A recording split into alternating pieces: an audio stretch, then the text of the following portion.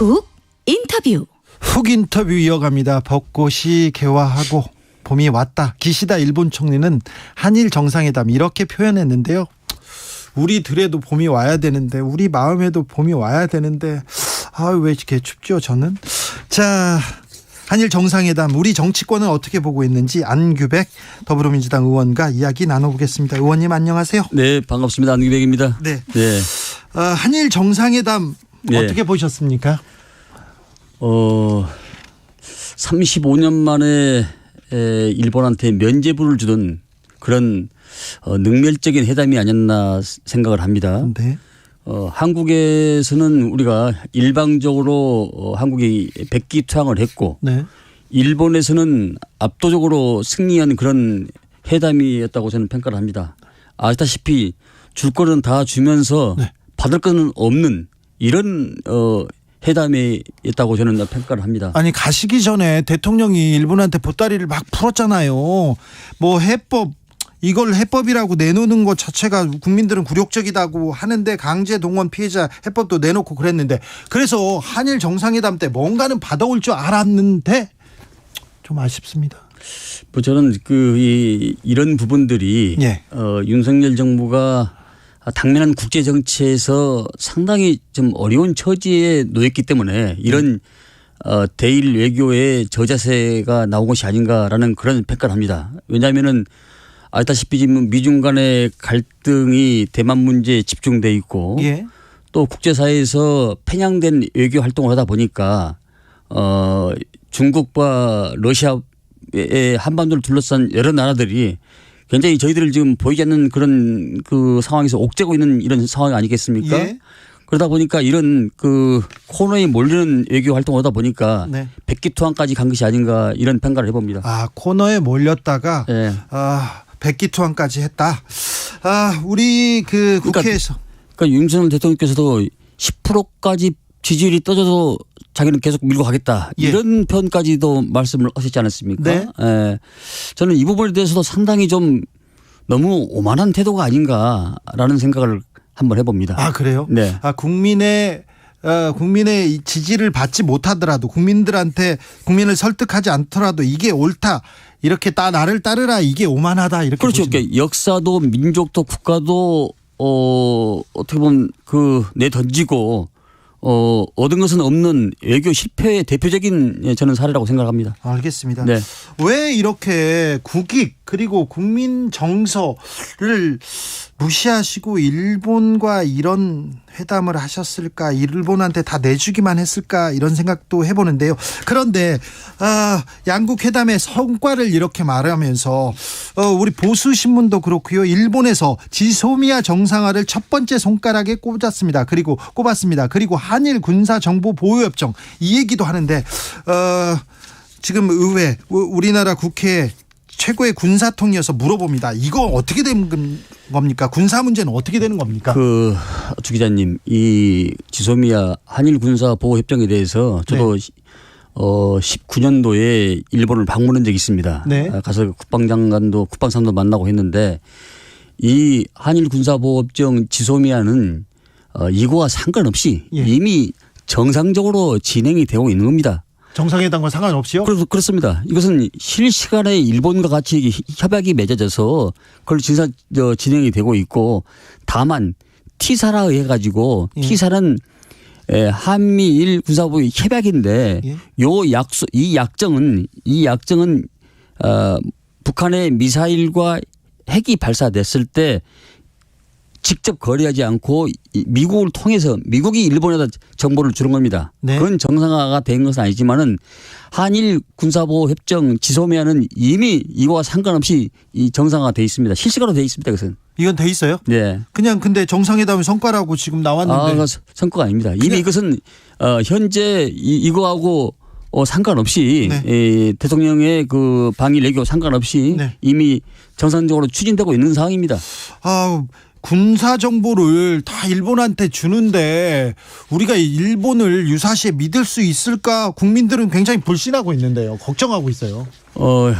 그러니까 이 지구의 공률에 의해서 이 지구가 돌기 때문에 실시간으로 우리가 일본한테 주는 게 미사일과 핵에 대해서 정보를 주는 게 훨씬 더 많습니다. 우리가 주는 게 많죠. 많습니다. 그런데 일본은 우리한테 줄 게 별로 없는 겁니다.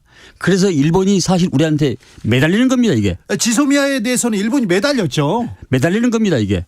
왜냐하면은 우리는 직선 거리로서 북한과의 마주보고 있고 가까운 데서. 그렇습니다. 일본은 이렇게 돌기 때문에 네. 미사일로 핵을 쏘면 돌기 때문에 다만 스커드 미사일 낮은 단계 미사일은 일본이 정확하게 예측을 하는데 네. 그 밖의 정보와 이 지소미아라는 것이 그 핵과 미사일의 정보는 우리가 훨씬 더 많이 가지고 있는 거죠. 그러니까 네. 우리의 절대적 도움이 필요한 겁니다. 네. 알겠습니다. 지소미아는 일본이 얻는 게 많고 일본이 매달리는 부분 맞죠? 그래서 미 측에서도 한미일이 같이 협약을 해서 하자 이렇게 지금 굉장히 그 프레스를 일본이 미국과 한국, 특별히 한국을 압박하는 건 미국이었잖아요. 그렇습니다. 지금 그래서 이것도 아마 이렇게 좀 가고 있지 않나 이런 생각을 갖습니다. 그러니까 그 지소미아 정상화는 우리의 성과라고 보기는 그렇고 일본의 성과라고는 볼 수 있겠네요. 이미 정상화되어 있기 때문에 네, 네, 이것이 정상회담의 성과라고 보기에는 네. 낮은 평가가 할 수밖에 없다는 이런 얘기죠. 알겠습니다. 네. 강제징용, 강제동원 사건과 관련해서는 사과는 없었고요. 위안부 합의 이행 촉구만 있었습니다. 그런데 김대중 오부치 선언을 계승하겠다 이렇게 이 말을 해달라. 우리 정부에서 요구했는데 기시다 총리는 끝내 입을 떼지 않고 역대 정부를 이렇게 계승한다 이런 입장을 내놨던데요. 외교에서의 표현은 적확한 문구와 표현을 가지고 해야 됩니다. 네. 사과란 것은 사과를 받는 사람이 그에 대해서 공감 능력을 표현해야 됩니다. 1997년도 98년도에 김대중 오부치 선언은 더없이 우리 국민들한테 감동을 주었던 것이죠. 예. 그러면 이번에도 기시다 총리께서 그 부분에 대해서 과거사에 대해서 어느 정도의 어떤 액션을 취하려면은 최소한 김대중 오부치 선언에 대해서는 한번 낭독을 하고 읽어주고 네. 거기에서 어떤 말을 좀 덧붙여야 예. 이게 어떤 그 표현과 우리 국민들의 감동을 주는 모습이지 전혀 애매모호한 표현으로 역사적으로 계승한다. 예. 이런 두리뭉실한 표현 가지고 국민들이 감동할 수 있겠습니까? 저는 할 수 없다고 생각합니다.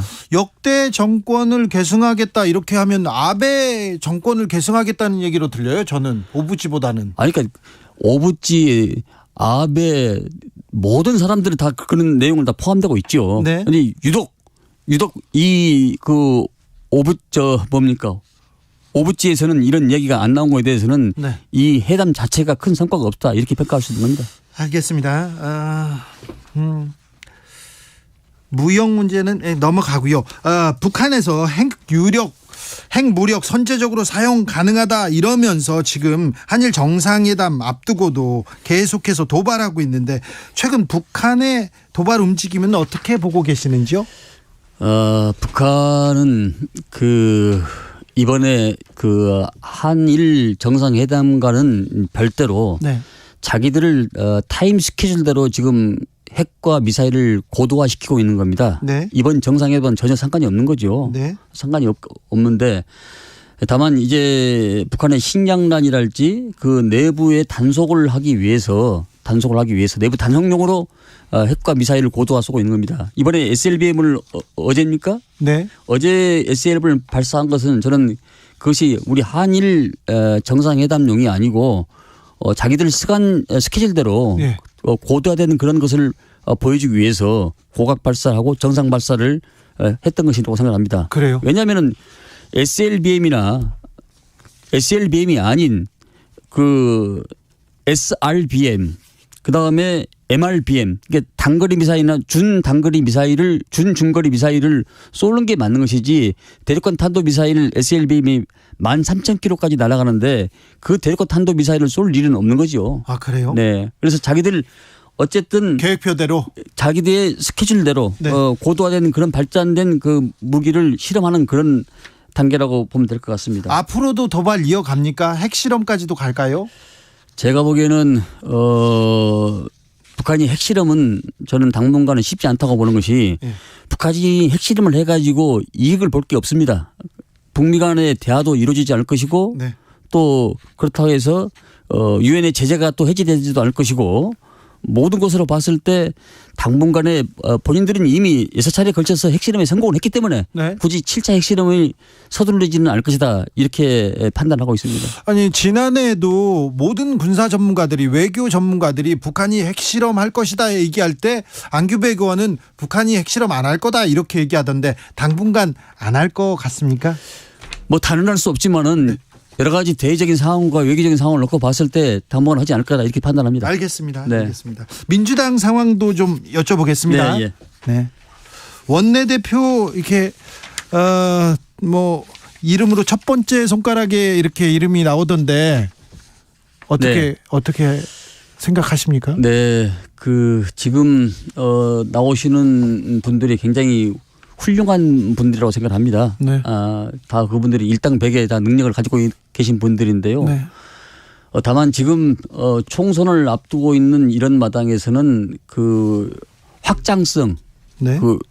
외연성, 다변성 이런 포용과 소통 능력이 가장 중요하지 않을까. 네. 그리고 당이 힘들고 어려울 때 어떤 당의 기율을 잡으면서 체인스 앤 밸런스가 이루어져가는 그런 능력을 갖추는 것이 가장 저는 중요한 자질이라고 생각을 합니다. 네.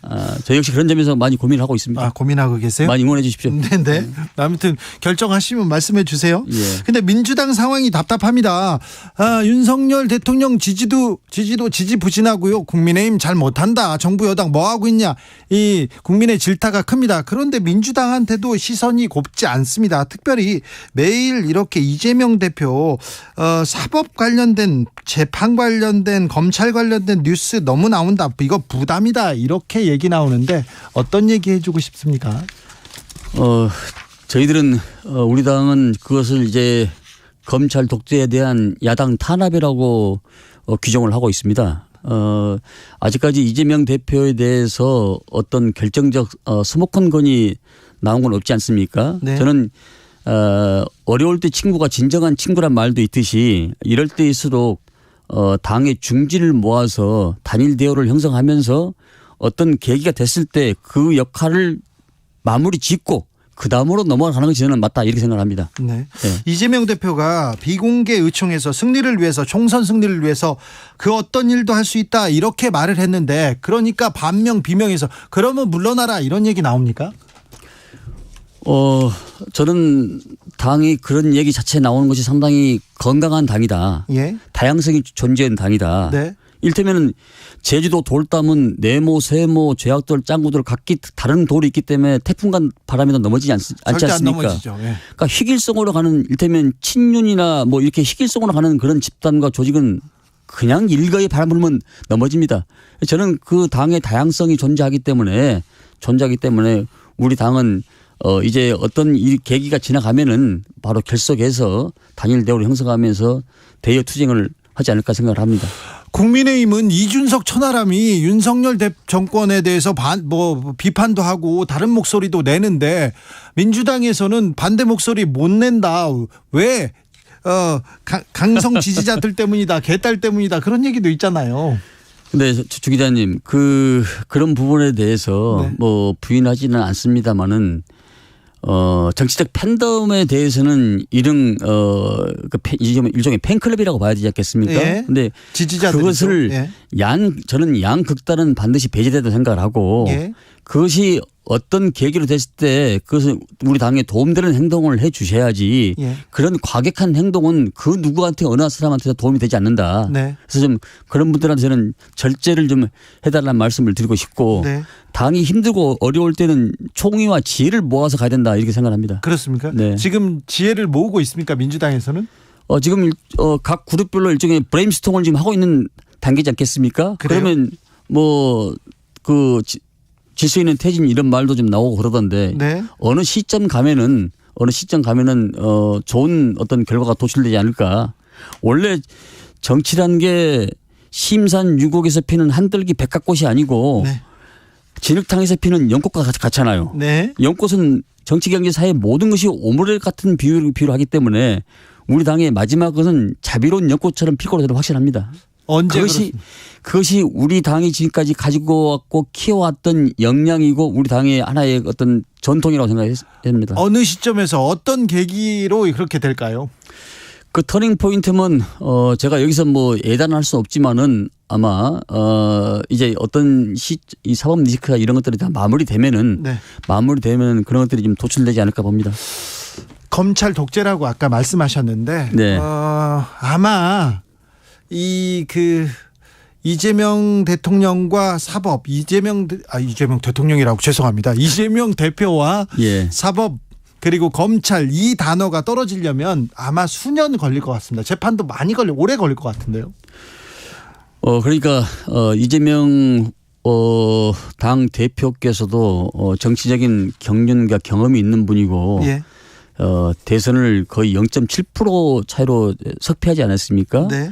그렇기 때문에 그분도 이 많은 경험에서 나오는 내공이 있지 않겠습니까? 네. 그러면 본인도 당신도 이제 미래를 봐야 되기 때문에 그런 여러 가지 총의를 모아서 어느 시점이 되면은 대국민 메시지나 당원들한테 그런 소중한 말씀을 하지 않을까 이렇게 기대해 봅니다. 아 그래요? 네. 어느 시점이 되면 대국민 메시지가 나올 것이다. 예. 자, 일부 강성당원들이라고 해야 되는 겁니다. 지지자들이 단체 행동합니다. 이재명 대표는 자제하라고 하고 지금 안규백 의원도 자제를 당부했는데 수박 칠적하고 막 스피커 달린 차 데리고 가가지고 그 시위를 벌이기도 합니다. 당내에서도 이 문제 좀 심각하게 보고 있습니까?